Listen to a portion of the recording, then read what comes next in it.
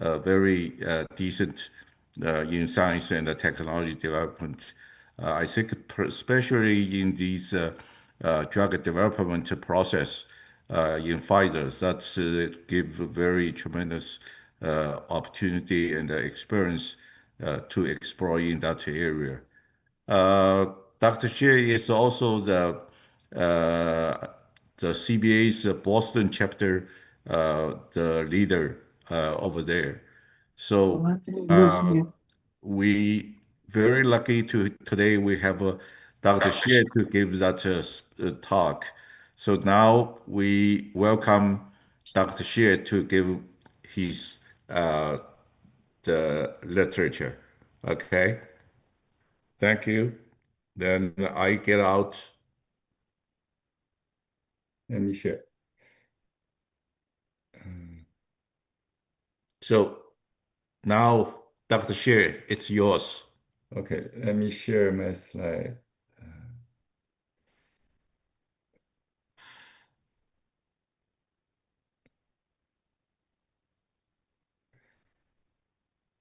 Yeah, first, thank Dr. Yang for the introduction. Actually, a minor correction about the information.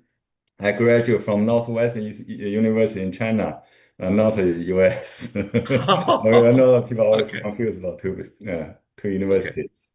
Mhm. Yeah. And also, I know the audience come from different continents and different countries. So I see good morning for people in Asia, and good evening for people in US and Canada. And I also know that our audience have a very different background. Some people probably this AI expert and uh, want to learn the applications, AI applications in drug discovery and development. And some people that have very good experience in drug discovery and wondering how they can use AI in their work. So in today's talk, I will not present specific applications, with detail. I just give a high-level introduction on both AI technologies and also drug development.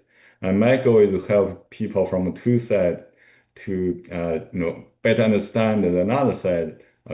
For the AI expert, better understand the drug development. For the people from pharma and biotech, better understand the technology. And I hope this talk can help the communications between two sides and also improve the collaboration between two sides.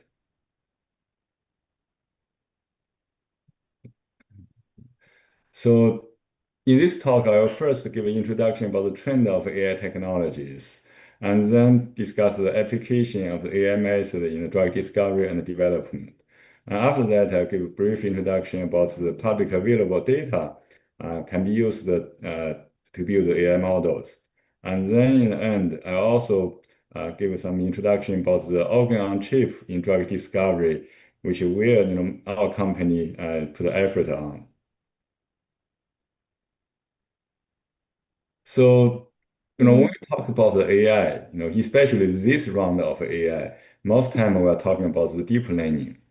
Originally, the different deep neural network was designed for different type of tasks. For example, the convolutional neural network was used for the computer vision because the convolution can handle the 2D or 3D spatial information of the pixels.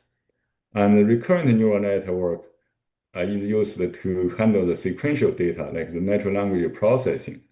Also have the graph neural network uh, used to handle the graph data, such as we know like the social network or knowledge graph can be handled by graph network. And later on, Google group they proposed the architecture called a transformer. Originally, this was used for natural language processing and did a very good job. And quickly, this technology was adopted into the computer vision field. We have the vision transformer. And now also, this was adopted in the graph neural network. We have a graph transformer. Another architecture was proposed recently, recent years, a few years ago, called Mamba. and as a alternation of the transformer, but still the transformer right now is still dominating this field. And for the AI model, we have two, probably you can see we have two different models. One is the predictive model, and another one we call the generative model. The predictive AI forecasts the outcome based on the current, available data pattern. And this includes the method like prediction or classification. And it's easier to understand the prediction, but classification, when we classify, uh, like different items or objects into different categories, we also see this prediction.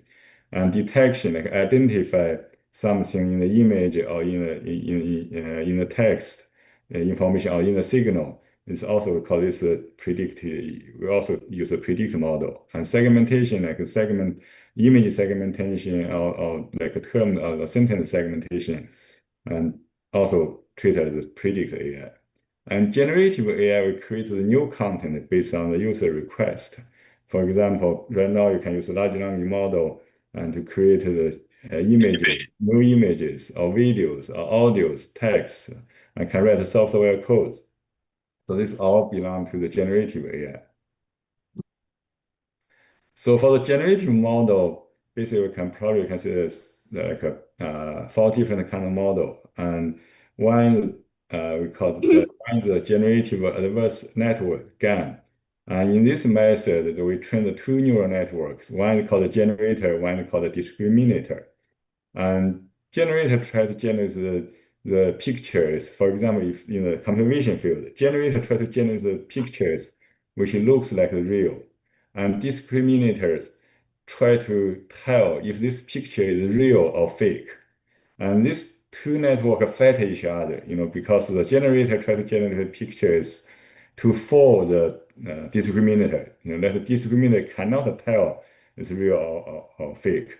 And discriminator try to, differentiate the generated pictures from the real images. So Wow, how did that after they fight go? each other, and then in the end, the generator can generate the pictures looks very real. Another one is called variational autoencoder. The idea is if you have high dimensional data, and then you can use a neural network to layer by layer to get the latent space. And traditional autoencoders, after we directly from latent space reconstruct the data layer by layer and reconstruct original data, and such that the reconstructed data is the same or similar as the original data.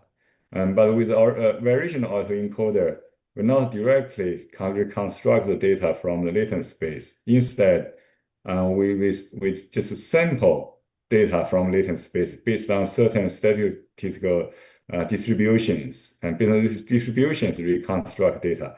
In this case, is reconstruct some new data. And also regressive model, mostly used in the natural language processing part. Like given some word in a sentence, and then it predicts the next word. And this can be used for like writing email, writing articles. And diffusion model, with the image, we can add noise to the, add noise step by step, and then we can convert this image into noise. And then we train train the neural network to reconstruct the image from the noise. So in this case, you give a noise, you can create the picture. And also this can be combined with the text information. You give text information, and then you can create the picture based on your request, text request. So over the last 10 years, the AI technology make a big or huge progress. And from the task-specific models to the foundation models, and now we have a large language model and agentic AI. So originally, the AI was designed for the specific task. For example, in the computer vision field, we have different tasks such as image classification, where we classify the pictures into different category, like the cat or dog. 不熟 Finland. And in the object detection, we try to identify the object in the picture and then classify the object into different category. And for structure segmentation, we try to classify the pixels of the image into different category. For different tasks, we need to prepare different training data. For example, in the image classification, we need to prepare the image level annotation. We indicate like which category this picture belong to. For object detection, we need to prepare the object level annotation. We need to give the location of the object, like the bounding box or mask of the object, and also give the category of the object. For structure segmentation, we need to give the annotation at the pixel level. We need to indicate every pixel, we need to indicate which structure this pixel belong to. And also for different tasks, we need to design different network architecture because their output are different. And then with this network architecture, we can train the model with the training data to optimize the parameters of this network. Normally, if we train the model for one specific task, and this model not works if you apply this to other task. For example, if you train the model for image classification, and probably not work directly for the structure segmentation. And even for structure segmentation, if you train the model to segment the liver on the CT image, probably will not work if you want to use this to segment the liver on the MRI image. So it's very task specific. And same thing for natural language processing. We also develop the specific models for specific tasks, like the name entity recognition. Here, we try to identify different terms in the sentence. Also, classify the terms into different category. And relationship prediction, you predict the relationship between these different terms. And sentiment classification, you classify the sentence into like a positive, negative, neutral sentiment. And language translation, you can translate English into Chinese, Chinese into French, like something like this. And also, normally the model only works for the specific task. So since we have the transformer, and it's very easy to scale up the models. And previously, normally we had a model with like 1 million or 10 million parameters. But with the transformer, we have like billion or 10 billion parameters. But with large model, we always need a large amount of training data. And problem is most time we have a lot of data, but we don't have annotation. So the self-supervised learning was proposed for this purpose.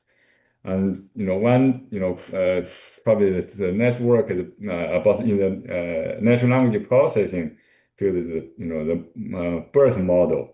And in this model, they trained a very large transformer, the neural networks with a lot of transformers, and for the natural language processing. The idea is in a sentence, we have a lot of text information. In the sentence, they just mask out some word in the sentence.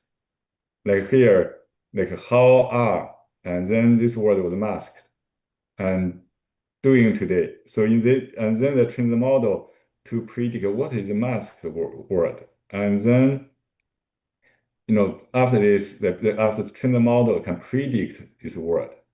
But the goal of training this model is not to predict the missing word.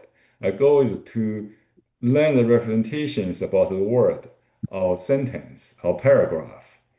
So with this representation, after training this model with this type of representation, we can use this in the downstream task and it works very well. And because this one, we do not need to use labeled data because we can find so many, textbooks, on the internet, so many text informations. You just mask some word out, randomly pick up some word, mask it out, and train this, and then you can get the model. So we call this a self-supervised learning. It's possible to train the model with a very large amount of data. And in image field, also the different model was proposed to learn the image representations. Here is just one example, the Dino model. And in this model, from one picture, and they can just crop this picture, sub-region of the pictures, and they can do the rotation or change the color and or scale it. And then they train the two neural networks and identical neural networks. And so from the two view of this, the goal is from two view of the same picture, and the embedding of the feature learned from the two view are similar. So in this case, also we can use, unlabeled pictures to train the neural network and to learn the representation of the pictures, and then this can be used on the downstream task. And besides the unsupervised, a self-supervised learning, also people use the large amount of available data and to train some for with the supervised learning. For this work, they may train the model with a different type of data where there's some annotation available. Like this example, the uh, the model, AI model, was trained on different type of images like MRI and CT, X-ray, and digital pathology and the pictures, and they train the model to do the segmentation. And after the training, this model can work on many different type of images and do the segmentation, many different kind of organ or tissue segmentations. And also this work is very, this type of work in foundation model is very useful to us because previously, if we want to develop the AI solution, always we need to prepare a large amount of data and make an annotation and then train the model only solve the specific problem. And in the medical field, the annotation is very expensive because you need the medical expertise to do the work. And with the foundation model, it's possible to directly use the model for our task. Like this, segmentation model, and many times probably can directly use to solve your problem. And also, it's possible, if it's work not very well, it's possible to just prepare a small amount of label the data and fine-tune the model for the specific task. So this lower the bar to develop the AI solution. Dr. Xie, there is a question in the chat. Yeah. Is Vision Transformer also a foundation model with self-supervised learning like BERT and Dino? Oh, that's a very good question. Actually, it's depend on how you understand the vision transformer. If you think the refer vision transformer for the model like a Dino model trained, pre-trained on the data, and then you can see this foundation model. But otherwise, the vision transformer we can refer this just as an architecture of the network. So the architecture we have parameters, but if it's not a trend that you don't know the weight, the weight of network or the parameter of network, and then we not see this foundation model because we on the architecture, like the same thing as like if you have the formula without knowing like you have like for example AX plus B. If you don't know A and B, and you cannot use this to do anything. So that for that case, we will not see the vision transformer is the foundation model. I'm not sure if I answer your question. Okay, yeah. So now in the biomedical field, there's a lot of foundation model available. I mentioned the the birth model, and after this, people fine-tuned this model on the biomedical document and get the BioBERT. And then later on, people applied a similar idea into other data like the DNA sequence of single cell gene expressions and like a protein sequence. There's mass out some piece of information and predict this information, and then they can use a model to learn the representations of these different like biological things. Like we have the DNA BERT, gene BERT, SC BERT, SC GPT, and protein BERT, antibird. Antibird is specifically for the antibody. And for the imaging field, we have the foundation models for cell images, like cell SAM, cell VTA. Also, we have the foundation models for digital pathology, like C transpass and H Optimus, HIPT, PCON. Actually, there's a lot of model available. I didn't list all of them here because that's not the purpose. And for medical field, they also have like a medicine, Redimer's, and MediImagePath. Yeah, actually, another thing I forgot to mention when we talk about the foundation model, like trained with supervised learning.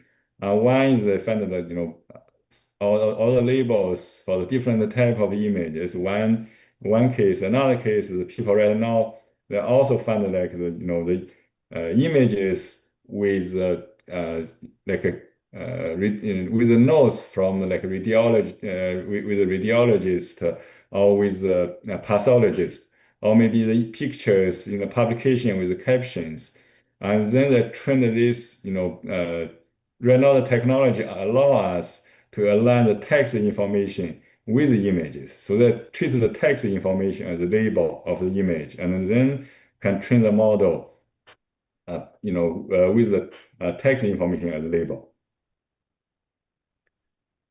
So now, after foundation model, now we have the agentic AI. And, in the beginning, as mentioned, we have large language models. And then we start use the like retrieval augmented generation and to address some issue in large language model. And now we have the agentic AI. So, actually large language models, since the first release of the ChatGPT a few years ago, now it's coming to our life, personal life. I think many people start use the large language model for question answering and help them to reading stuff and give summary or help them to write like an email, write other things use the large language model. But we know the large language model also suffer a lot of issues like hallucinations. Many times they give us some wrong answers and also bias, because it's probably the trend on certain type of data. And then, if you give, in some scenario, it doesn't work. And also have a limited long-term memory. And, I think it's, like, direct user trained model cannot remember everything correctly and limited reasoning skills and limited knowledge. So to address some of these issues, people use retrieval augmented generation. The idea is when you ask a large language model to answer your question, you can also ask the large language model answer your questions based on some specific, the data, either the documents or other type of data, and give you the question. So in this way, we can help them to use the correct data to answer the question, and also make this question answering like more traceable and verifiable, and can be easier to explain, and also can improve the knowledge integration and reading. And now has the agentic AI and probably can work better than the RAG method. The agentic AI, we use large language model as like the brain to interact with different tools and different data to answer our question. And normally we can use this to recall to call the sub agent to interact with the tools for we first divided 给我拿一 we 个 divided the larger task into small ones, subtask, and then call the different sub-agent, interact with the tools to get the answer, and then later on put all this answer together step by step, and do the reasoning and give us the answer. So this is just one example of the biomedical AI agent and developed by the Stanford team. And in this AI agent, they incorporate more than 100 software, 150 biological specialized tools and 59 database. Here are list some tools and database. You can see this binding DB, the database, and the DE-seq for the gene expression, differential gene expression analysis. There's a bioinformatics tool, Planck for the genetic analysis, and also you can see the skin image. This actually the Python package for the image analysis, BioPython, and admit prediction. A lot of tools available here. So when you ask a question to this agent will divide the question into subtasks, and then they call these tools to access the different database, or maybe search the data from the internet or from database, and then they call the specific tools to do the analysis on this data and then return the answers. After get the answers, then they can put these answers together, do the reasoning step by step, and give you the final answer. So for the chemistry, also we have the AI agent. Different group also developed AI agent for similar purpose. They call different tools. With a question, they can call different tools, do different tasks, and then return your answers, and then you can put them together, do the reasoning, get the final answers. And probably many people will think about to build the AI agent is very complex. Unfortunately, it's not the case. And right now, many organizations and groups that develop the tools to build this AI agent. And some tools is low code tools, and we can make it much easier to write code to configure the AI agent. Very easy to write some code to access, manage the data accessing or reasoning, different things, and to do this. And some of like the launching and the semantic kernel and different tools for this purpose. I also have some even no code tools. You do not need to even write code and to configure the AI agent like DeFi and other tools and to do this work and make our life much easier. So now it comes to the drug discovery and development. So in the here just list some a process of drug discovery and development.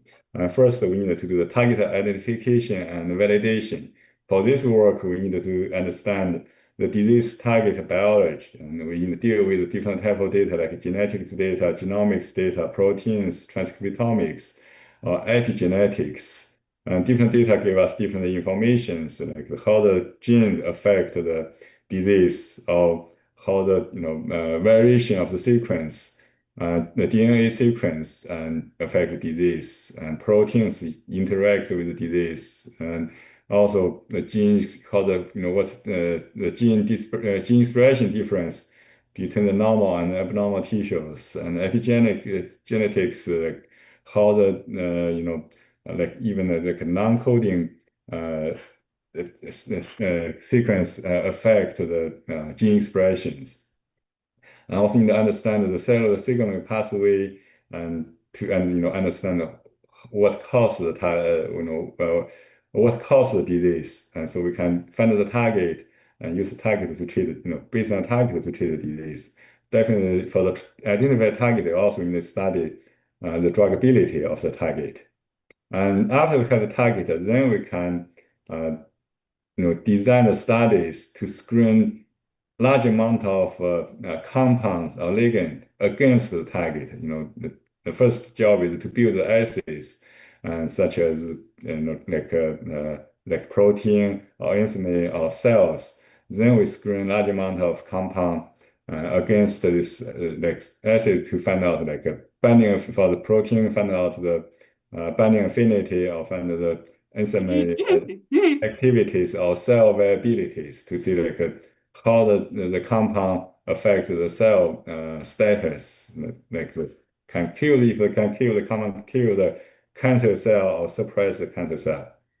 And after finding the compound, then we optimize the structure of the compound to improve the potency of the compound's binding affinity with the target, or specificity, like we want the compound only bind to the target for the disease, not bind to other target. And we also want compound meet some drug-like properties and have good as ADMET. That ADMET is absorption, distribution, metabolism, and excretion and toxicity of that describes the how the compound behavior in the bodies and then how if there is toxic issues. And this can be done using in vivo or animal studies. But in the lead optimization phase, most time people use the in vitro studies and for this purpose. And then preclinical study, we use animal to test the drug efficacy, toxicities, and selectivity and exposure. If the drug get into the disease area and binding to the target, also the PK and the PD, and like how the body react to the drug and how the drug, what the drug did does for the body. And we also need to choose the dose, prepare this for the clinical studies and also develop the translational biomarker. That means we want to find a biomarker which can measure the treatment effect, and then this measurement can be used in clinical phase. And clinical phase actually is not only one phase, at least three-phase study. And phase one study, we study the drug safety and also, to see if the drug can cause any issue and find the dose ranges for safety with safety concern. I also can study the PK and the PD of the drug. And phase two, we evaluate efficacy and safety based on small amount of patient, as real patient, to see if the drug works as expected. Normally, we can call this a POC, as proof of concept, or POM, proof of mechanism. And after phase two study, if it demonstrated, good effect, and then we'll move to the phase three study to evaluate drug efficacy and safety on large amount of patient. And after pass that, and we can seek the regulatory agency to get approval to market the drug. So, when we talk about the AI drug discovery, interestingly, most time people are talking about the early stage of AI drug discovery, like the target validation, target identification and validation, and drug design and optimization, and the very early stage. And this is very important, in the whole drug discovery and development. But also we need to be aware, and most of cost in drug discovery and development was spent on the clinical trial. Normally, this drug discovery and development is a long, very expensive long-term work. This by average, it takes more than 10 years and costs more than $1 billion. So, but most of the cost, more than 60% of the cost, including the time or the money, was spent on the clinical trials. And another issue is the clinical trial, the success rate is not very high. And normally it's between like 10 to 20% of the success rate. So to save the cost, we need to increase the success rate of the clinical trial. And if drug doesn't work, want to fail early, fail fast, terminate the program before it move to the clinical trial. And if the drug gets into the clinical trial, also we want to reduce, if we can use AI to reduce the time or sample size of the clinical trial, this can also save us a lot of money.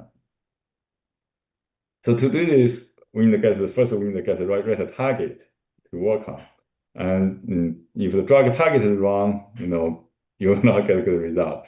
And then also we need to predict the molecular activity correctly before we move to the preclinical study or clinical study. And also we want to translate the in vitro or preclinical findings into the clinical outcome. Many times we get positive results on the in vitro study and preclinical study, and then failed in clinical study. And so if we can translate the result into clinical, it's also very helpful.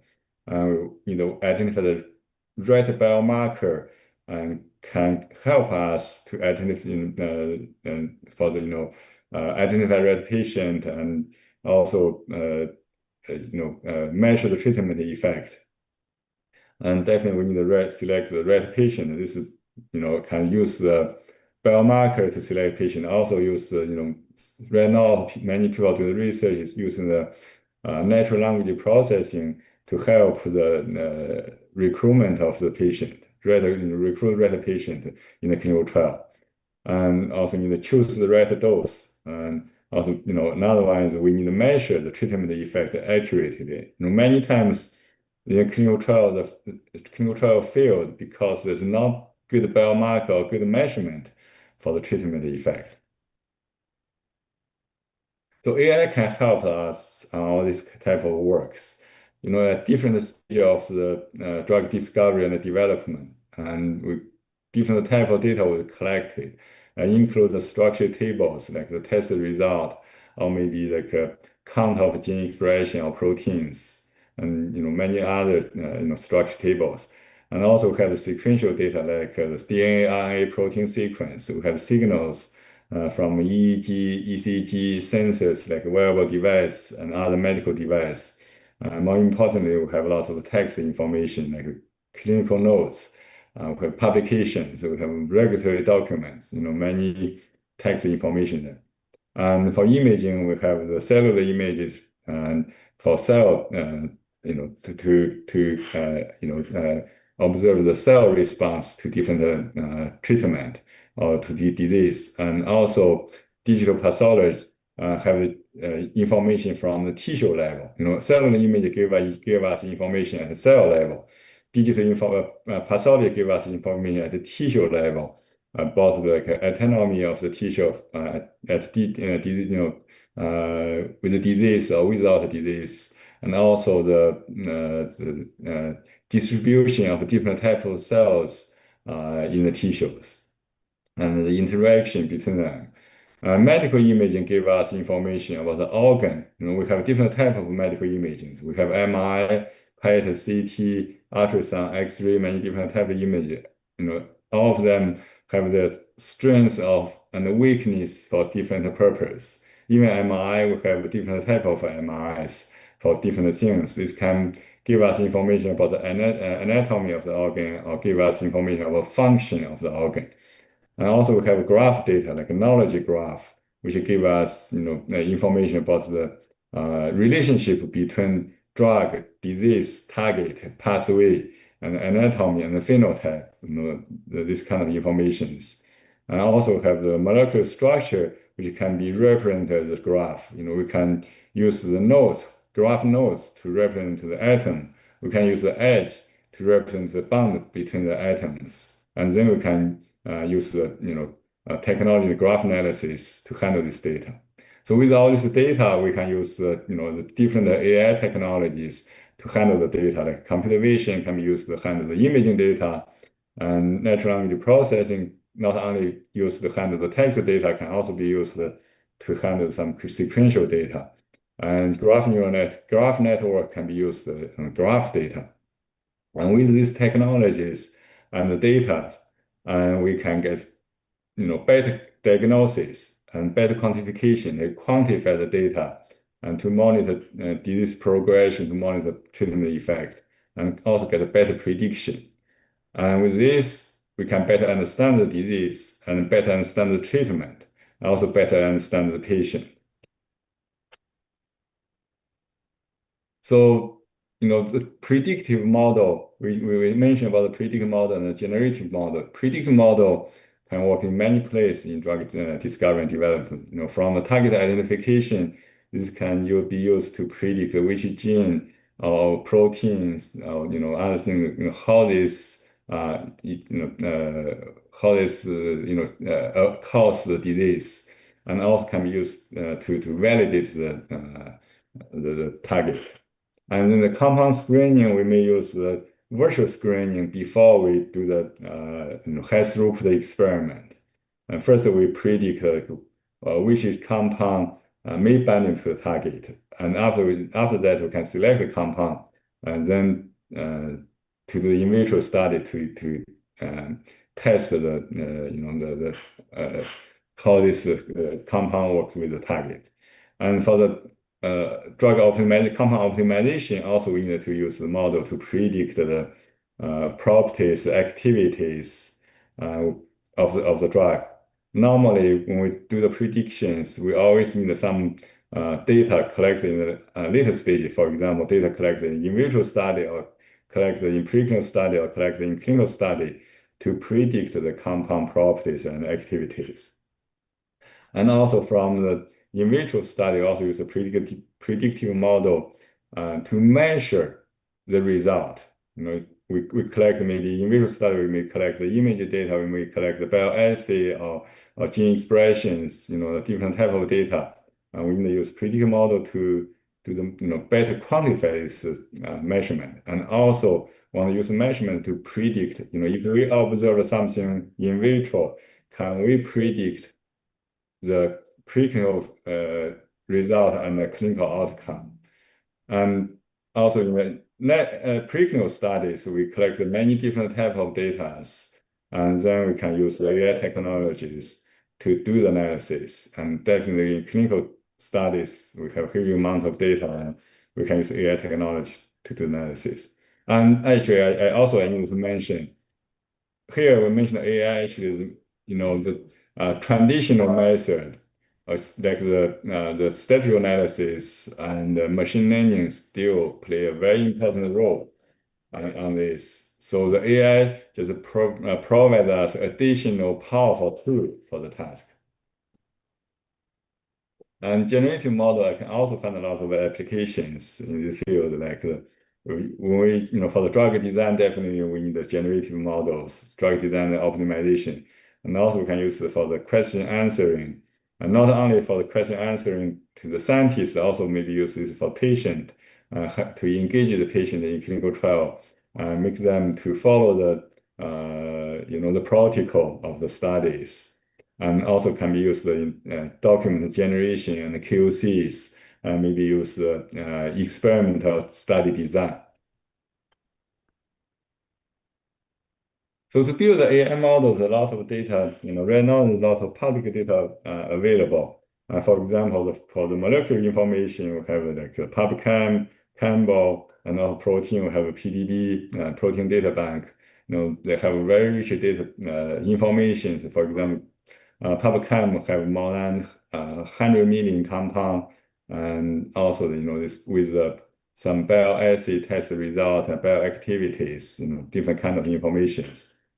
And also we have the data for the gene genomes and pathways, and like the DNA, mRNA, and copy number variations, and protein expression on different disease and also on normal people, and pathway informations, and also have some clinical data. This data, cancer genome atlas, the TCGA, not only have the genomics, omics data, they also have the lot of clinical information. Also have data for the drug targeting interactions, like open target binding DB, drug target reactants. Have toxicity, the data for the toxicity information, like TOX21 and CTT, and then ECHA also maintain the database, for the many chemical compound, and give information about different type of toxicity, like the acute type toxicity and corrosion and sensitization and genetic toxicities. A knowledge graph is very important data, and with the knowledge graph, the knowledge graph give us information about like a relationship between the drug target, disease pathway, anatomy, and this kind of information. And this is very important for us to understand, how the drug works, and also for the drug repurposing. And also, there are a lot of clinical studies And this is not for the reference to clinical trial. Definitely, the clinical trial data is very, very important, but most times the clinical trial data is not available at patient level. But fortunately, we also have a lot of data, like natural history studies. We have the data at the individual, from individual patient on people. And like the UK Biobank, they have collected data it's already almost 20 years. I think it's probably 18 or 17 years. And they collect data from hundreds of thousands of participants. And they have imaging data, genetics, and health linkage, and also have the biomarkers, activity monitor with a wearable device, and many other data. And this IDA is a database maintained by the Lonely Lab I think, the University of South California. And they also collect a lot of the imaging data, most of them neuroscience studies, like this one, the ADNI study. They monitor thousands of normal people and patient, health people for more than 20 years with different kind of imaging data and other data available. And real-world data is also very helpful in drug discovery and development. Real-world data include the electric health record, EHR data, and claim data, claim and billing data from the insurance company. Also have like product disease registries, as some organizations build a registry as patient to contribute the data to study specific disease, and the patient-generated data and like the data generated from a wearable device. And with this, this data, we can use this to optimize the clinical trial design. We can create the synthetic controls. Like in clinical trial, normally we need to have different arm, like, with either placebo or treatment, or maybe compare a new drug with standard care. And most time we may use some real-world data to enrich, the control group, and also we can evaluate the treatment efficacy in the real-world scenario, and identify the new indication. Many times from the real-world data, we can find that this drug, was designed, developed to treat one disease, but in the real-world situation and the data, we find that it can also treat another type of disease. And we use the real-world data to monitor the drug safeties. And also we can use real-world data to develop new biomarkers, either for the predictive biomarkers or prognostic biomarkers, or biomarkers to evaluate the safety. So although a lot of data available, but we know that data is not collected for the AI purpose. It's not only this public available data, even the data, historical data collected by the pharmaceutical company, the big pharma, the data original was not collected for AI purpose. So they always suffer some issues like quality, availability, standardization, space, imbalance, sparsity, silos. And that also, many times if you want to use the data, also have privacy issues, shareabilities. Here I just talk about like sparsity, historically when in the pharmaceutical company, they collect data just to evaluate for specific purpose, to evaluate like the efficacy, safety on certain situations. So most time, like we may test this drug, this type of drug on this type of bioassay, and test the other drug on the other bioassay. But most time we did not test all the drug on same bioassay. So in this case, we have lots of missing data. This makes it's very difficult to train the AI models. To solve this problem, right now the many organizations start to collect the data systematically. For example, they use the high throughput experiment and to collect to test the drug. Like, like you can put the with the plate, like this plate can have like more than 1,000 wells in the plate. Each well you can put cells in the well, and then you can test different drugs like small molecular or bigger molecular or gene editing, put it into these wells, mix with the cells, and then to see how the cells responds to the treatment. And after that, you can collect like image, high content images with different like fluorescent stain. You can also collect the gene expression. You can also collect the bioassay from the wells. And one effort is, from the like a broad institute that collect a large amount of they organize this activity and collect a large amount of data. And here, I didn't list all of the project, just some of them. You can see many studies that they test many drugs, like the first one tested more than 300 drugs and 160 gene editings and collect a large amount of on certain cells like A549 and U2OS and collect 12 terabytes data and with 6 terabytes from imagings. And you can see another one, bigger one is the CPG-003 tested more than 2,800 genes and compounds on this, and the one have the 16 CPG 16 and also collect more than 300 terabytes data. And so that we have they collect a lot of data uh, with the same experiment and makes it easier to train the AI model.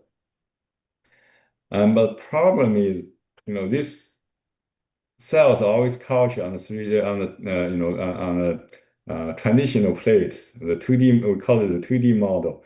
And in this case, the cells cultured in the dish, they're not in the same environment as cells in the tissue, so they function differently as the in vivo.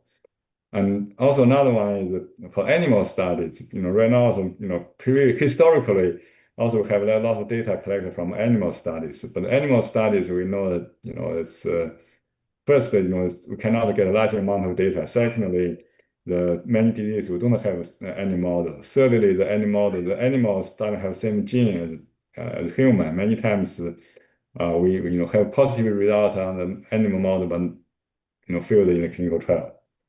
So organ chip may be used to address some of these issues. The organ chip actually is just a multi-channel 3D device, which we can culture the cells, mimic the cell environment as in vivo. So with the organ chip, we can create the tissue-tissue interface. We can do the microfluid control. We can co-culture different cells, like we can integrate the immune cells together with other cells, with cancer cells, and to model the disease. And with the disease model, we can test the drug and also maybe can use this for the personalized medicine.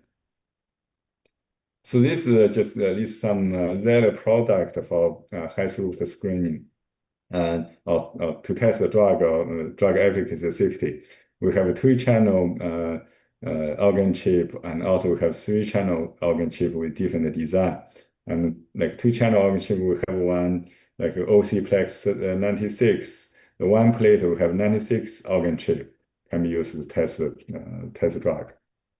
And with this organ chip, we can culture cells in the organ chip, and then this is 2-channel organ chip. We can culture cells in one channel with another channel to deliver the like nutrition or drug treatment. After give treatment for a few days, and then we can collect the data to a different type of data to evaluate the treatment effect. And like the images, like bright field image or fluorescent image, high content images. And this you can see this is the fault because the 3D model we have 3D images, and also can collect the biochemical assay data and the omics data to monitor treatment effect. And with this data, we can build an AI model to understand the treatment effect. Actually, we can, for example, for the imaging data, we build the AI model to understand, given the drug with a specific mechanism of action. Like we know the drugs target disease, what target they interact with, what's the pathway, what disease to treat, and what's like the target on which anatomy. And then with our information, we'll see how this drug causes the change on the cells. And then also based on with new drug based on how the cells react to the treatment, and we can get information like what type of drug this what type of drug works, like is what type of target it react, and it may be used to treat what kind of disease, what pathway is involved. So at that we developed things in different steps. In the first step, we just used to do the wet lab experiment to test the drug efficacy and safety, and we use organ chip to test the efficacy safety. And then we link the result, the organ chip result to the clinical outcome. And after we collect more data, we can build the in silico model, which is directly predict the organ chip result in the computer. And after that, in this case, you don't need to synthesize the compound. When you design new molecule, you do not need to synthesize the compound. You can directly make the prediction and then choose the top 10 and top 5 synthesized and then test this in wet lab. And the wet lab result can help us verify the prediction and also improve the model, AI model. And after that, this AI model may be used to optimize the drug structures to make a better drug. So before the end of this talk, I also want to mention about this. If we want to develop this AI solution in drug discovery and development, probably not only develop solution in drug development, we need to first make sure we can define the right problem. And this is when, and also we collect the right data and develop the right method. The three components actually need to be do together. Is you cannot separate one from other one. For example, if you want to define the right problem, and then first, you need to know what kind of problem can be answered by the data and available method. And also for this problem, what's the context of use and what's the impact solving this problem, and what kind of performance we need to achieve. More importantly, we need to convert the problem into the problem for the AI modeling, like what's the input, what's the output, what the metrics we should use to optimize the model.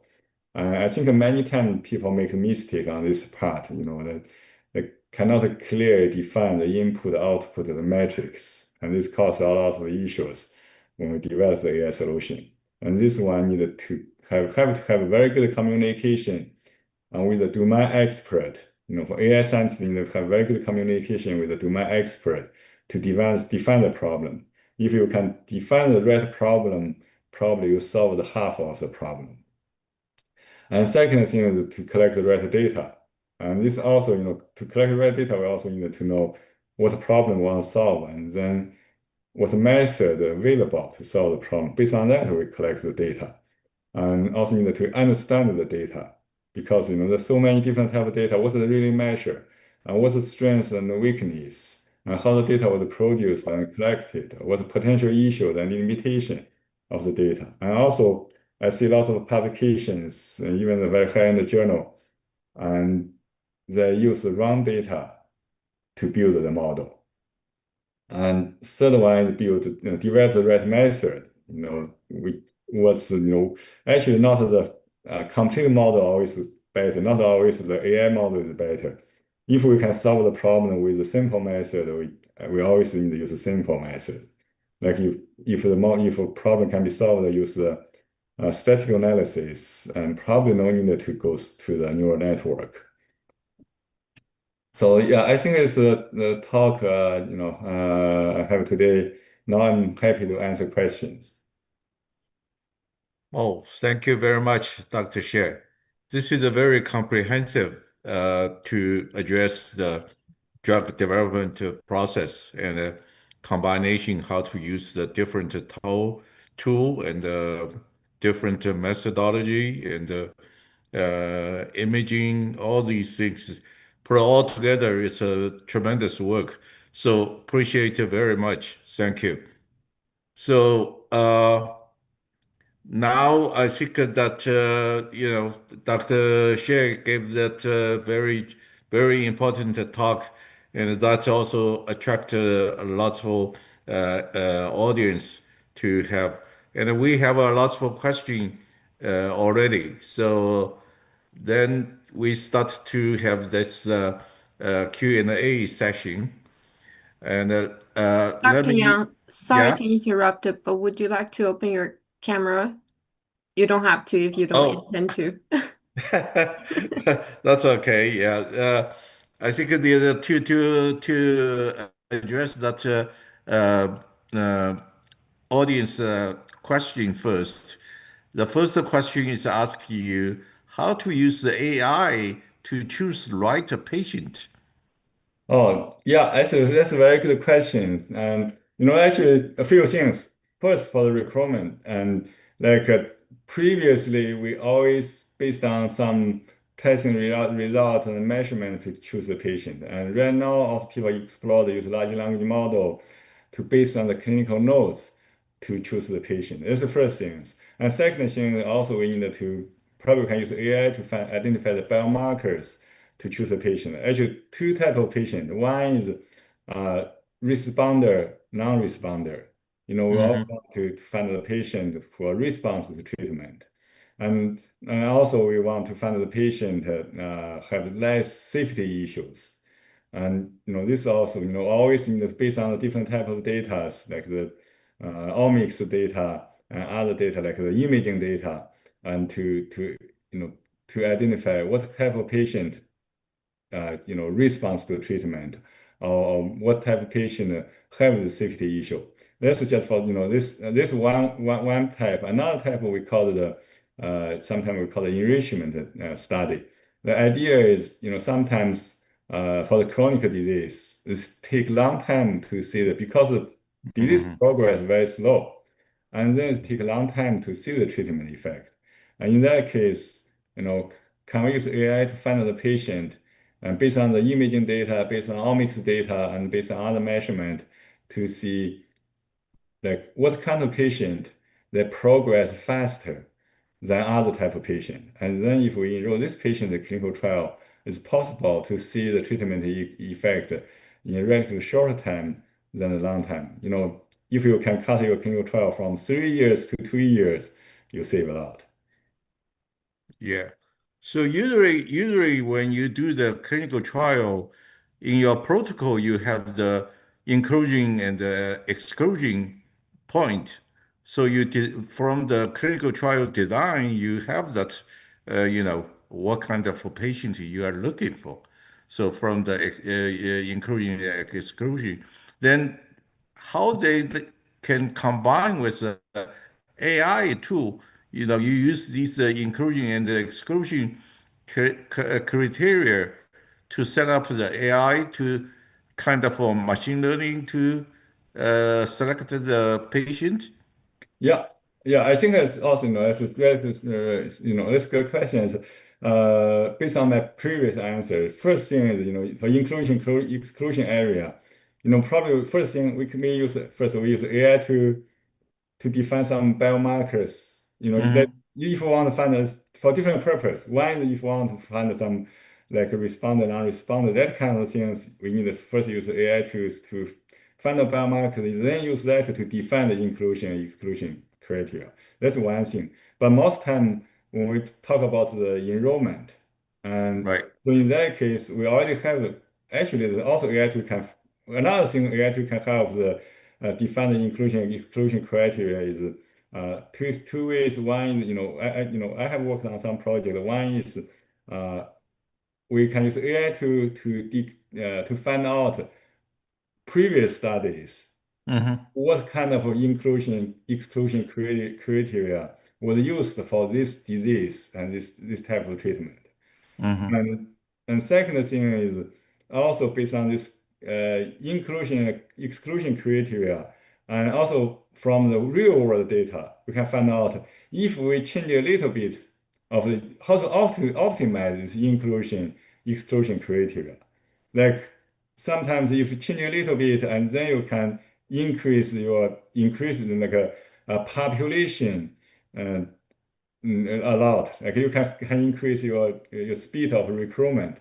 And then you can think about it, should I modify my inclusion or exclusion criteria? And third applications, if we already have the inclusion exclusion criteria, and many times, to find the right patient is not straightforward. Normally people directly compare numbers to the inclusion exclusion criteria, but most time in the real world data, and they may not have this accurate numbers. And then use AI, you can go to actually many people work on this field. They use natural language, large language model, and to goes to the clinical notes and to Hmm. find the patient match Hmm. based on clinical notes to find the patient match your inclusion exclusion criteria and use that to select the patient. Okay, thank you. So next question, from the audience that they ask, what metrics do you use to evaluate the effectiveness and accuracy of AI integrated into workflow? Can you provide an examples? Yeah, I think it always depend on the problem or the application, the context of use. Depend on like what kind of application you are use this for. And for example, I have worked on a project to screen and probably it's for toxicity studies. In animal studies, we collect the data to see if like the pathology image and to evaluate if the drug caused any damage on the tissue.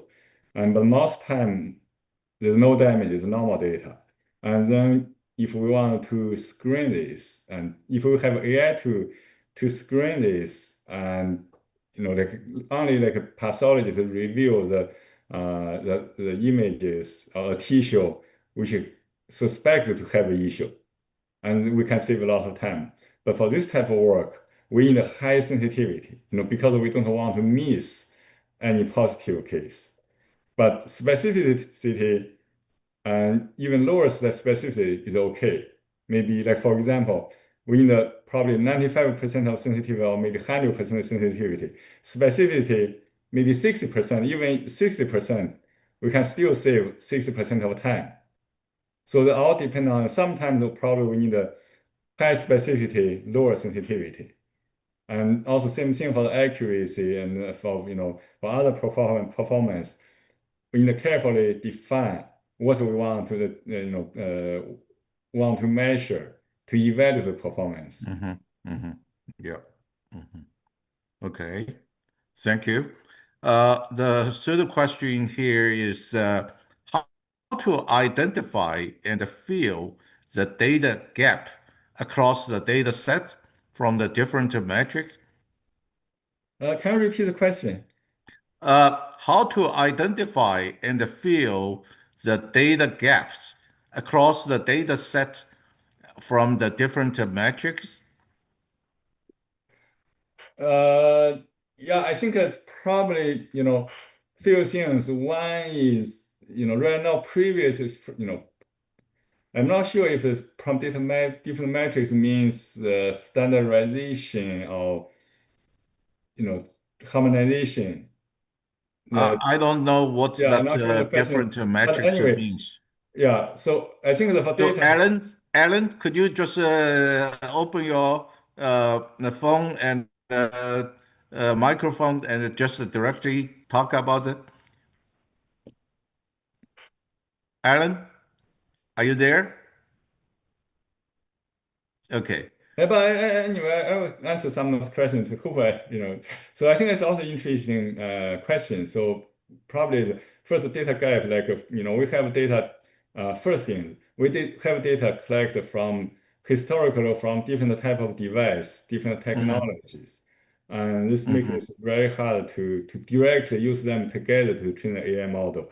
And once few things, one is if possible, we can do the standardization, harmonization of data.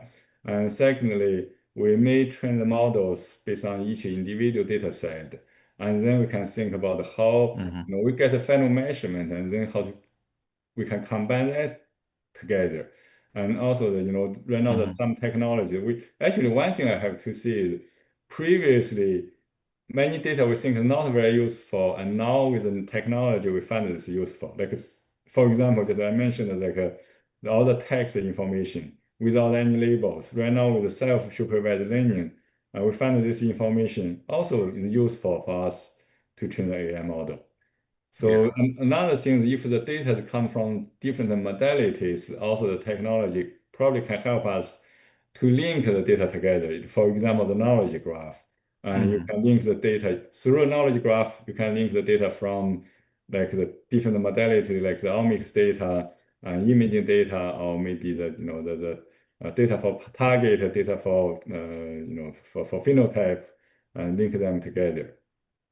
Yeah, yeah. I think that actually, I feel that question is very important because sometimes, as you mentioned that before, when you get the data from the animal data, and that could be has a difference from the cell lines data, and that also can be different from your clinical data. So that could be the big gap between the data set. Yeah. And that time, and how do you interpret and how do you feel that gap? Yeah, That's actually, that's what we normally want to do is like we use the in vitro data. mhm, We use the in vitro data to predict the animal study result and the clinical result. That's effort in the build this, and also from result, how can we predict? You use animal result to predict the clinical result outcome. That's the goal. If we can if we can get that, and then before we get into animal study, like in vitro study, we always have more confidence about how this will works in a later stage. So that mhm, can say mhm, mhm. increase the success rate of the clinical trials.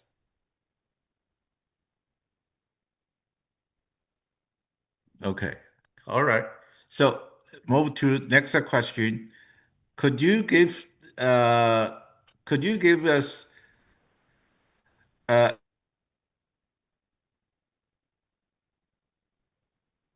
example of your last page? So this is your last page. Now she to fully understood what's the example for the last. Talk about the how to integrate all these three area problem data methods. Do you have such a examples? So yeah, I think for example, few example for one example is for the matrix, what for to define the right problems, we need to define the right matrix. Just one example, many people right now, also the challenging program, also many publications, they try to use the like HE image to predict the single cell gene expression. And but for this task, right now many people use try just directly measure the difference between the predicted gene expression and the real gene expression. The problem is we know if in biology we know some genes high expressed gene and low expressed gene. If you directly use for example, if you use the square difference, and then the high expressed gene probably will dominate and your matrix. And another thing also know some genes the co-expressed, they increase decrease together. So if you use this matrix, probably the group of genes, they have a large number of genes that co-express together, that will affect when you more optimize your model based on that, probably you always predict that type of gene more accurately than other type of gene. But if you want to do the biomarker development, probably most time you are not working on that type of gene. A larger group co-express together. So, and also collect the right data part. And like another one example is, a few years ago, also the very, the publication for from very famous university that that have AI model identified the antibiotic bacteria drug. And for the drug safety, they use the data, which they use the data failed in clinical trials because of safety issue. So they give a label like a positive or negative. Mm-hmm. If the drug failed in clinical trial due to safety issue, that's positive. And if the drug passed the clinical trial, it's negative. They use this data to train the model. But the problem is they're not aware that the drug failed, clinical trial due to safety issue always also have link with the indication, like which disease you are treating. If the drug, same drug have same type of safety issue, if you are treating cancer, probably they're okay with this safety issue. That you can pass. But if you use to treat to reduce the body weight, probably will not pass. So, if you don't understand the data, and then probably you will, use the wrong data to train the models. And also develop the right method part. We saw a lot of stories, and people just use they have a they have a hammer, and then they just try to find the news with the hammer. And they always use a very complex models for some very simple, problem. Mm-hmm. And actually, my experience, I saw a lot of times, many times in drug discovery, we have deep data instead of bigger data. I Mm-hmm. mean, the deep data, we have a very small sample size, but each sample we measure many things. Like gene expression, we may have 20,000 gene expressions, Yeah. and also have protein, other data, have very high dimension data, Yeah. but Yeah. Yeah. small sample size. And Mm-hmm. in this case, probably you want to find some method, is robust and how to combine them together, like different, like omics, if you have gene expression, if you have protein or different data, how we can combine them together, integrate them together. And also find a lot of times, sometimes even like a linear regression works better than like a machine learning or deep learning method. So we have to based on the problem, based on the data, and to choose the method. Mm-hmm. Mm-hmm. Yeah. Okay. So that's to answer that question, to integrate the problem data methods. So that's one. So next couple of questions is focused on the organ chip. Okay. Mhm. So the the audience ask, hi, I'm wondering whether current AI analysis based on the organ chip still suffers from the systematic error. How are we convinced that an organ chip is a good representation of an organ? With the different results in individual organ chip, for example, biological re- replicates, would we be more interested in precise stratify patient, hence precising medicine, or further generalization? So that's the question. Oh, One is actually it's a two question. One oh, is yeah. about how can you make sure that the organ chip you use is really a true Yeah, representation of the I got the organ. question. Yeah, I can answer the question. Okay. That's a very good question. So First, for how how organs can uh, really represent the real biology in real systems.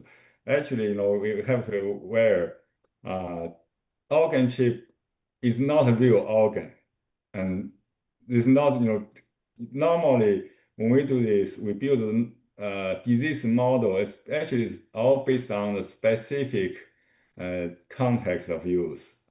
Like, we do you want to use for this like to test the liver injury, or do you want to use to test the cancer treatment effect, or even the cancer treatment effect? Do you want to use for chemotherapy, or want to use for the like the immunotherapy? For Mhm. different purpose, we need to develop a different disease model, and then Mhm. we use this model to test the drug.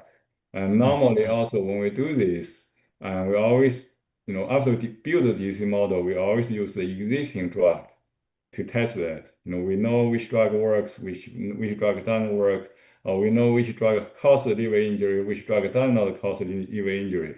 We use that to verify the disease model.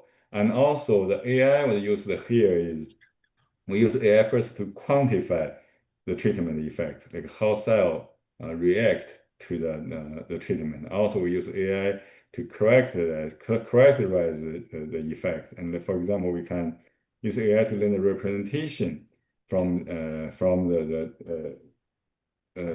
image of cells, and then we can build the link between. Based on that, we can build the link. If cells change it in this way, and that always mean it may cause like a liver injury. If cells change or maybe cells change this way, always means we can suppress the cells, so we can kill the cells. So that's how the AI would use that. And second question about the precision medicine. And we also did a lot of work on this. You can get uh, like the cancer cells, not only cancer cells, you can get biopsy from patient. And we have some collaboration in China, get biopsy from patient and then use the cells from the tissue and culture cells and tissue in the organ chip. And then we test which drug can suppress or kill the cancer cells more efficiently, and use that to help, and after we get this data, we compare this result with the clinical outcome and to evaluate if this model works to help the physicians to select doctors to select the right treatment. Okay, thank you. So next question is also related to the organ chip. We used to do the drug repurposing using the cellular or organ chip phenotype assay data by bioinformatics. How is the AI different from the conventional bioinformatics? So you use Yeah. the organ chip to get the by the informatics to get the phenotype assay data. How that different from the conventional? So yeah, I think from AMS the part, no big difference. We always, for drug repurposing, you can use the real world data, find some clues. You can always use the, omics type of data, or use knowledge graph to find out like, which drug may be used. For example, maybe we can use a knowledge graph and use AI on the knowledge graph to find out and if this, actually knowledge graph can do the link prediction. So, many times the knowledge graph not give us all the information, all the knowledge we have. Because many times, like if the drug never used to treat that disease, we don't know whether or not this drug treated the disease. So knowledge, with AI technology, we can do the link prediction to discover and to identify and discover the link between the nodes, like between drug and disease or between drug and target. And after we have that, the organ chip may be used to test this. First before we test this in animals or in clinical study, we can first use maybe organ chip to test this. Organ chip give us additional data. Organ chip just give us give us data is a way to provide the data and to verify something. So Mhm. we can apply AI technology on this data and to verify if if this drug really treats this type of disease. Okay, thank you. Next two questions still focus on the organ chip. So lots of Yeah, people that's good. That's a lot of people have Yeah, interested interest in in the sorry, organ chip. sorry, organ Dr. chip. Yang.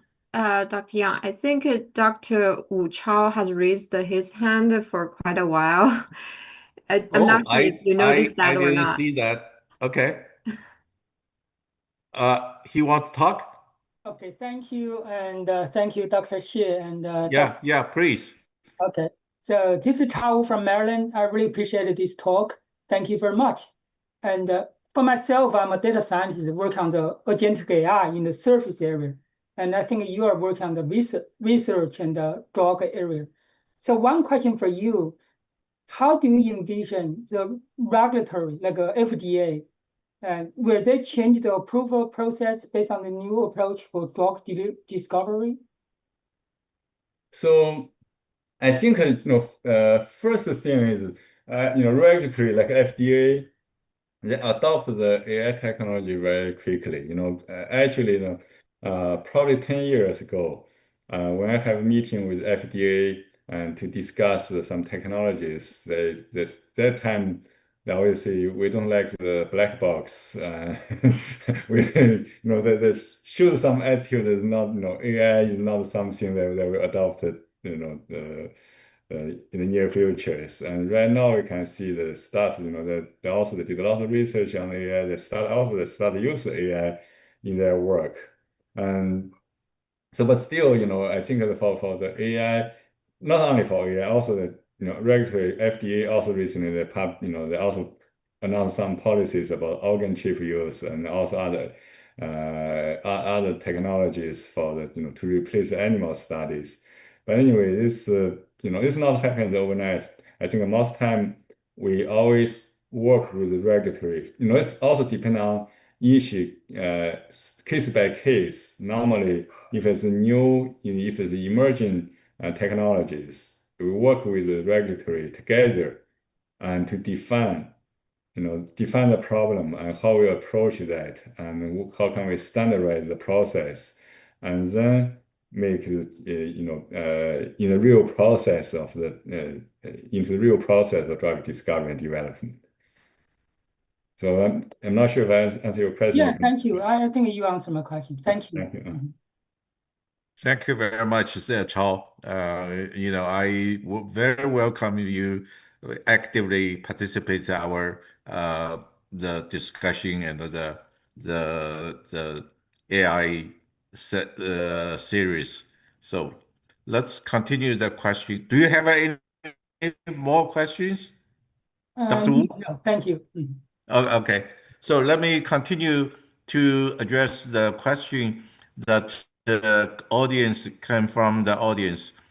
In practice, are there widely accepted or open source in silico model for predicting organ chip assay results, or does each lab typically need to develop and validate its own AI model?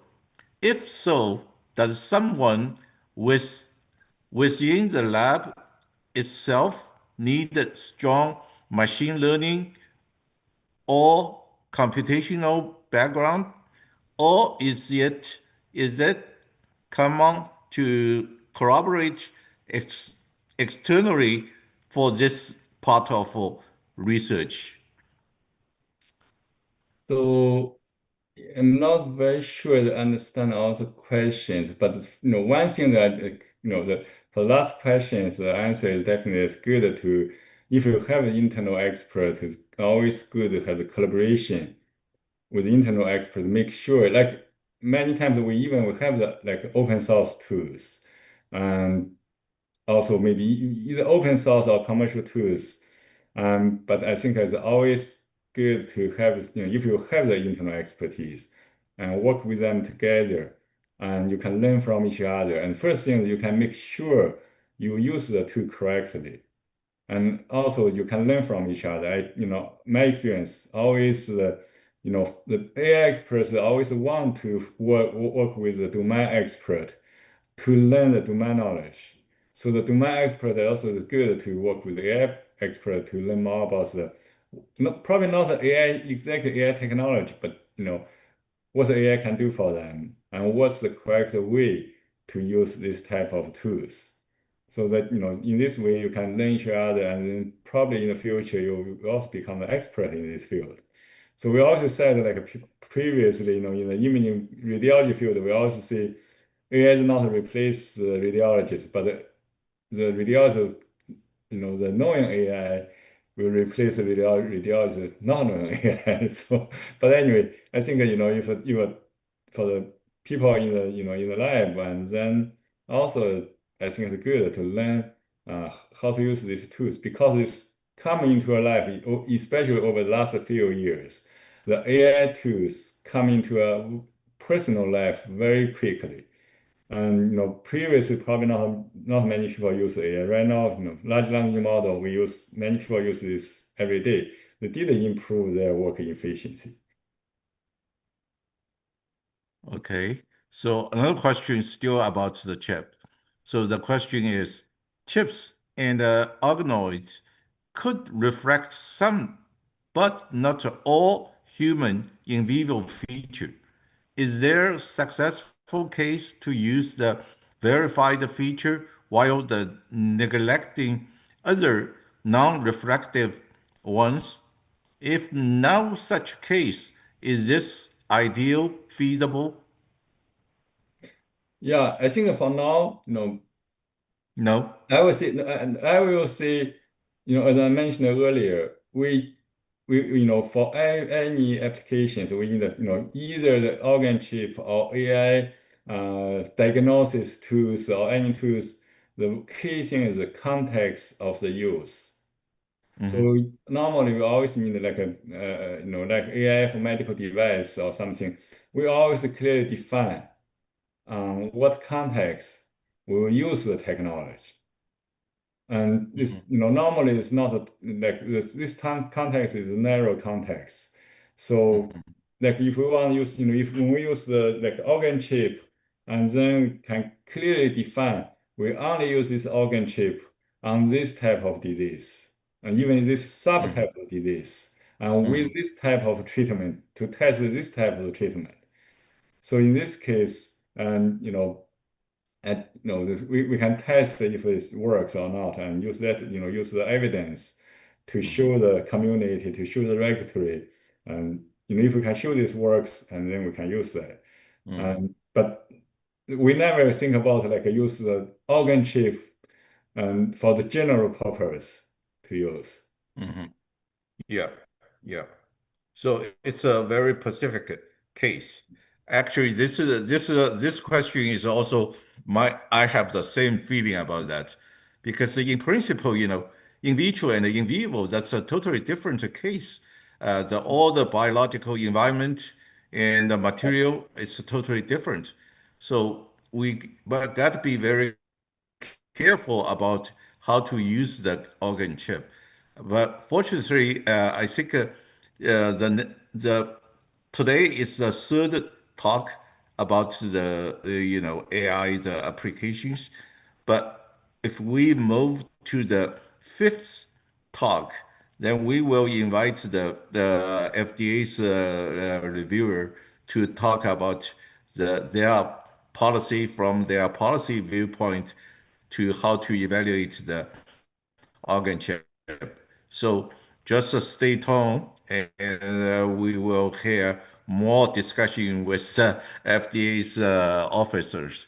So let's continue our discussion.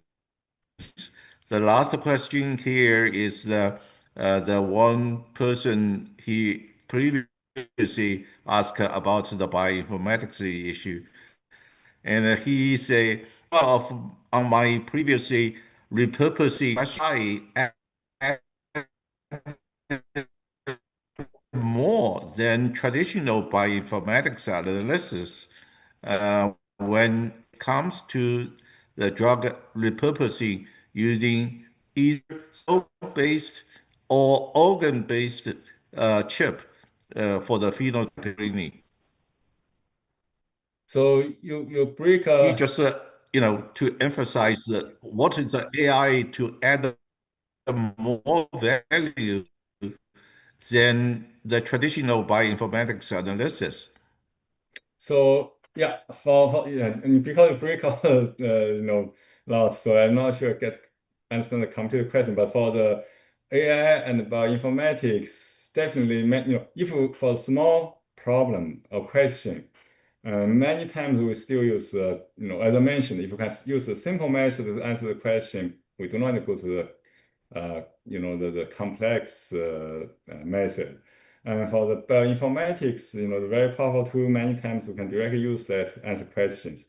But now I think that with the AI agent, and previously what we do is like we have a specific question, you need to ask a specific question, then you can find the bioinformaticians based on the questions, write some code, and get the answer, do the analysis, get the answer, and then give some plot like a visual, maybe PowerPoint slide, Word files, give a report.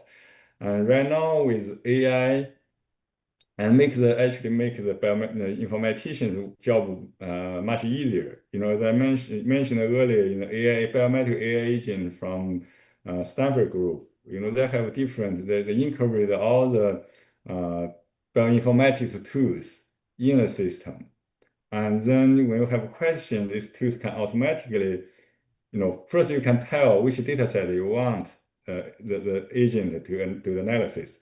In the meantime, this agent can also maybe goes to some database, existing database, and after analyze your data, they can compare this result with the existing data.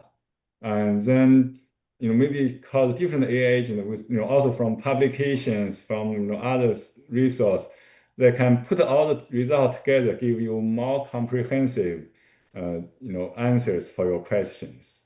Make it possible. And then as a bioinformatician, you much easier, you can probably spend more time about first verify if the result is correct. Secondly, how you want to interpret the result and how link the result with real life problem. You can pay more attention to the bigger pictures than previously, like spend more time writing the code.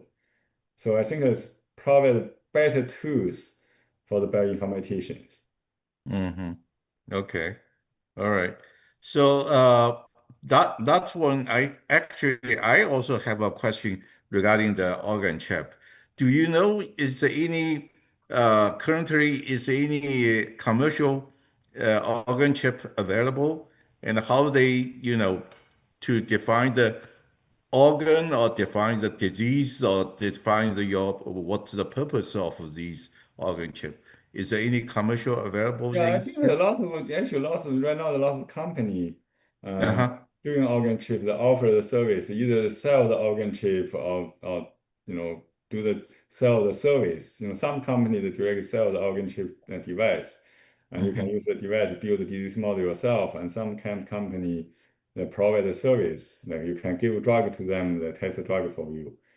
So yeah, I think it's right now the many options available. Okay, thank you.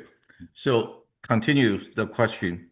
If you could recommend a clinical AI agent for the drug discovery in cancer cell therapy, and why? So Could you recommend a clinical AI agent for the drug discovery in mhm. cancer and cell therapy? So I think, Why?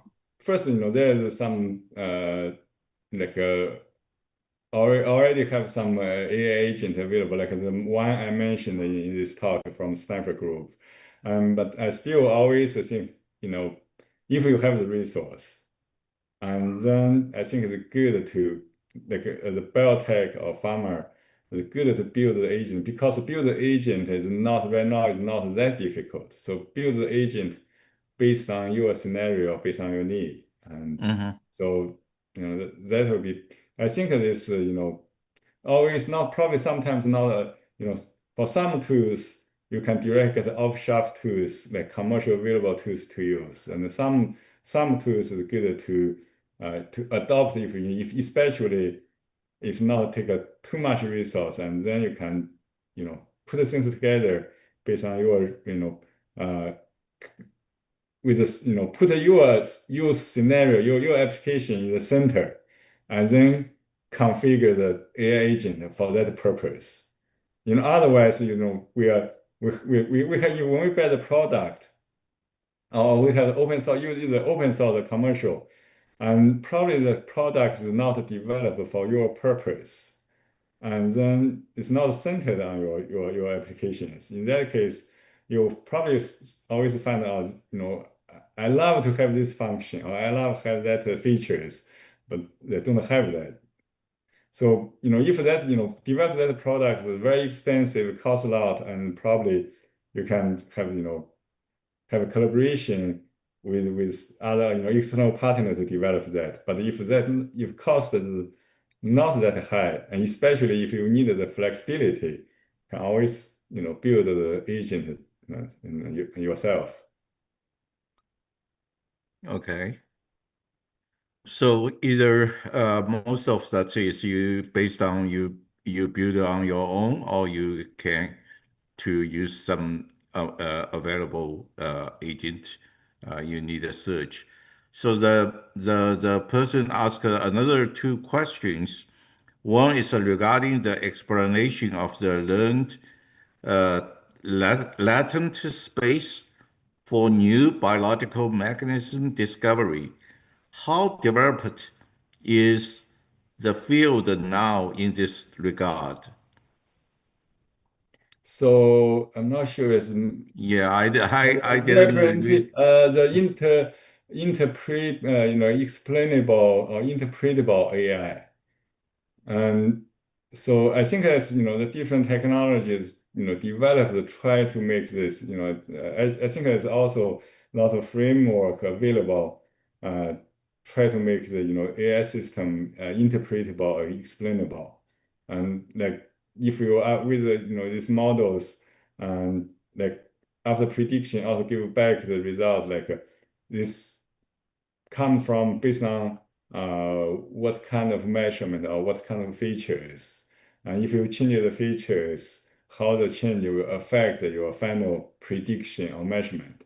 So there's also different technology on this part. That's, still is, I think everything have to be used back, based on your application scenario. And Mhm. sometimes, we only need the result, like if we can see the result, and we can make a judgment. Like, for example, image segmentation. After we see that, we can clearly see if the segment is correct or not. In that case, and we probably don't need to worry too much how they make the segmentation. But if you, for the patient selection and diagnosis, if you cannot tell why you think this patient was definitely, have this disease, and why you select patient for this treatment. If you cannot tell them the reason, and then probably they will not listen to you. So in that case, it's good to have the interpretable AI to trace back, the reasoning status, like the reasoning chain, and then back to the original data to indicate this decision is based on what a pattern of the data. So then Mhm.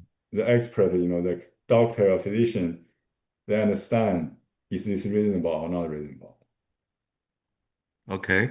The second question is the data availability for the in silico drug test. Is the current data enough? What are we, what are the key data that's lacking? What would the ideal data look like? And that's to A Okay. second question. Sure. Yeah. Yeah. The Yeah. current data is it good enough? Definitely, the data is not enough. It's way not enough. That's why I mentioned that, like, many organizations, because ideally, we want a lot of clinical data. Mm-hmm. Like all the chemical structures, if we have the clinical data, show Mm-hmm. the efficacy, the safety, Mm-hmm. and then we can directly predict the clinical outcome in silico. And Mm-hmm. that would be very useful. But that's impossible. We cannot test, the chemical compound. We only chemical compound, if you want to test on the human, you have to pass the like in vitro study, animal study, show the safety, and then you can test on the human. Mm-hmm. So that's why we use organ chip. This one also people use the in vitro study, like high throughput study to Mm-hmm. systematically collect the data to build a Mm-hmm. model. And we use organ chip to collect data to build the model. Although it's still not the clinical data, and we hope this can link, can have better prediction or have Mm-hmm. better predictive value Mm-hmm. clinical outcome. Okay, great. Uh, I think that's all the questions from the audience. And if that's the no more question from the audience, then the Q&A session just stop here. Let's give applause to Dr. Shea. I think it's an excellent talk and also to address lots of questions from the audience already. Uh, and thank you, Dr. Shea. Yeah, thank you. Thank you for the invitation and also And the audience yeah, for attending this seminar. yeah. So could you get out from Yeah, the yeah, stop share. yeah screen share? So let's back.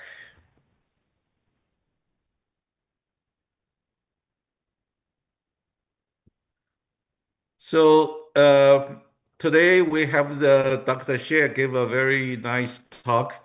So we also have further, uh,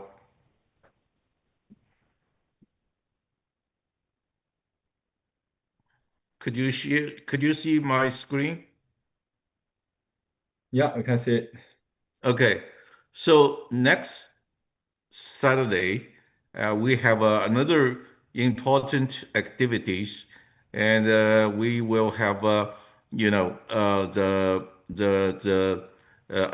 I mentioned that eight professional organization in DMV area will organize AI innovation and entrepreneurship workshop.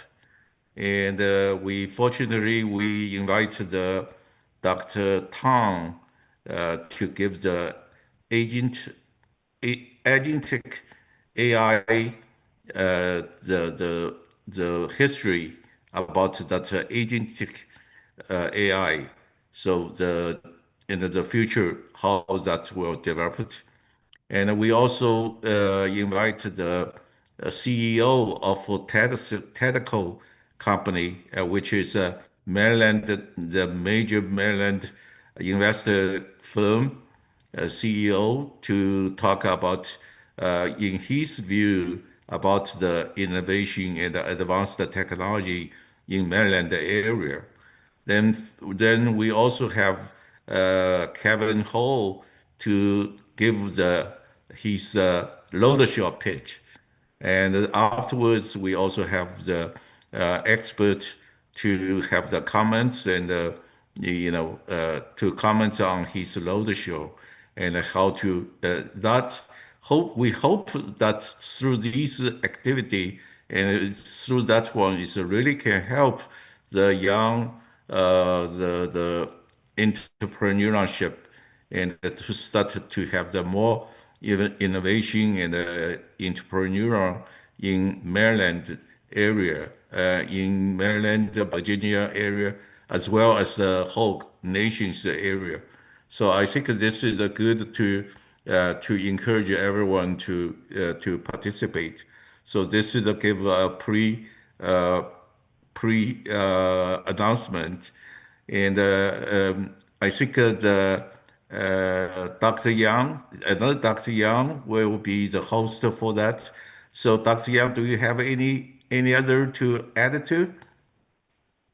No, thank you for that announcement. I really welcome anyone who is interested in AI, especially agentic AI, which I think is the very much hot topic today and even in AI industry. And this is also very much about startup entrepreneurship and investment. So yeah, I think it'll be a great event, and welcome everyone to join us.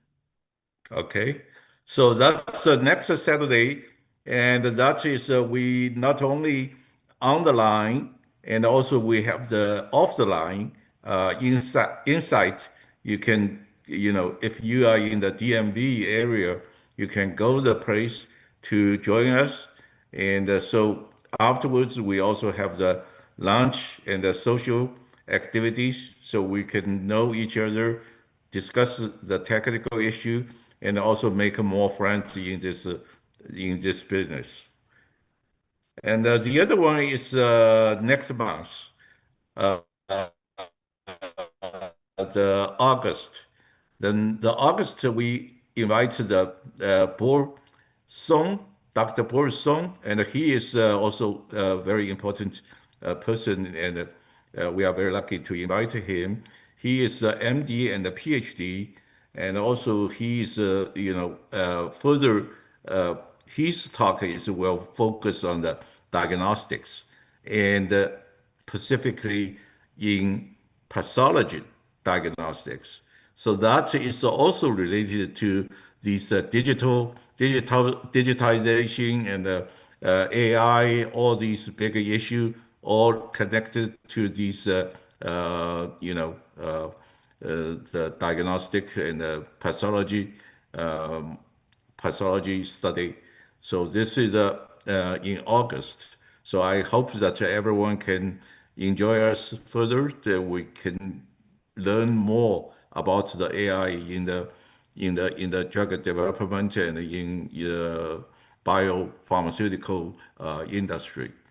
So with all these announcements, and I like to thank you for everyone, and to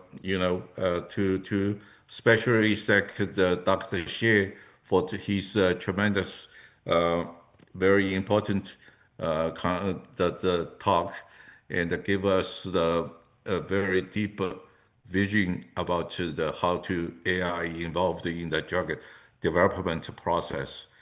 This is one, and also we appreciate so many audience and to join us tonight, and so far still have more than 60 person to with us.